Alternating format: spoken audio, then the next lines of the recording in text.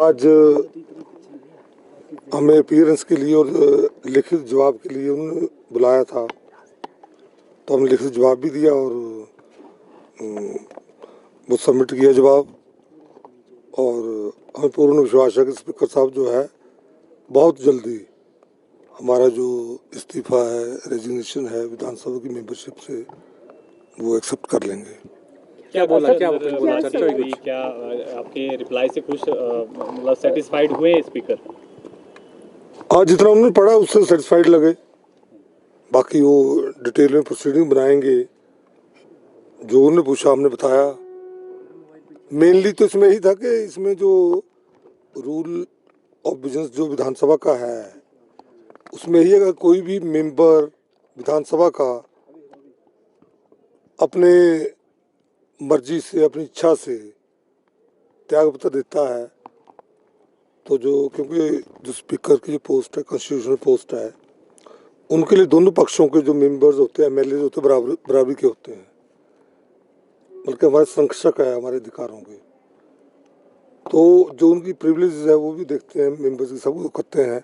साथ में जो रेजिग्नेशन का जहाँ तक है, उसका यही है रूल्स में कि अगर स्वेच्छा से रिजाइन देते हैं तो उसमें कोई किंतु परंतु, नो इफ बट, और रेजिग्नेशन तुरंत प्रभाव से वो एक्सेप्ट किया जाता। तो हमने यही कहा, क्योंकि हमने जो रिजाइन दिया 22/3 की डेट से दिया है, तो अब तो दो कितने दिन हो गए, आज है 10, 8 तो 18-19 दिन हो गए हैं। तो हम तो यही कहा, लिख के भी दिया, वर्बली भी यही कहा, जो उन्होंने पूछा हमसे, कि हमारा 22/3 से ही जो है रिजाइन एक्सेप्ट कर लिया जाए। क्या वन टू वन बातचीत हो रही है? एक से हुई। सर, स्पीकर साहब ने एक बात तो पहले कही कि अब ये मामला कोर्ट में भी चला गया, कोर्ट में विचाराधीन है। हाँ, इसमें कोर्ट नो ऐसा नहीं है। कोर्ट में तो हम गए हैं ना, क्योंकि लेट हो रहा था, हम लगा लेट हो रहा था। कोर्ट में स्पीकर साहब नहीं गए हैं, तो वो एक्सेप्ट कर लेंगे, हम उसी दिन विड्रॉ कर लेंगे। विड्रॉ की जरूरत ही नहीं, एक्सेप्ट कर लें, वैसे केस खत्म हो जाएगा, हम विड्रॉ ही कर लेंगे। कल एक्सेप्ट करते हैं, परसों हम विड्रॉ कर लेंगे। तो वो नहीं, उनका उसमें उनको कोई बाइंडिंग नहीं है कि एक्सेप्ट बीच में एक्सेप्ट नहीं कर सकते हैं। वो रिप्लाई हमने दे दिया है, तो मुझे लगता है अब वो जल्दी एक्सेप्ट कर सकते। कोर्ट की कोई बाइंडिंग नहीं है।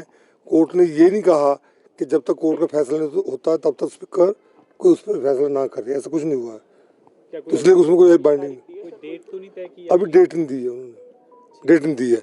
तो हमारा तो यही है कि बहुत जल्दी जो त्यागपत्र स्वीकार होना चाहिए, ताकि आगे का जो है, जो हम तो विधानसभा क्षेत्र में घूम रहे हैं अपने लोगों के, वहाँ उनके सुख दुख में जो है, हम तो अपने आप को वैसे 22/3 से ही एक्स एमएलए समझ रहे हैं।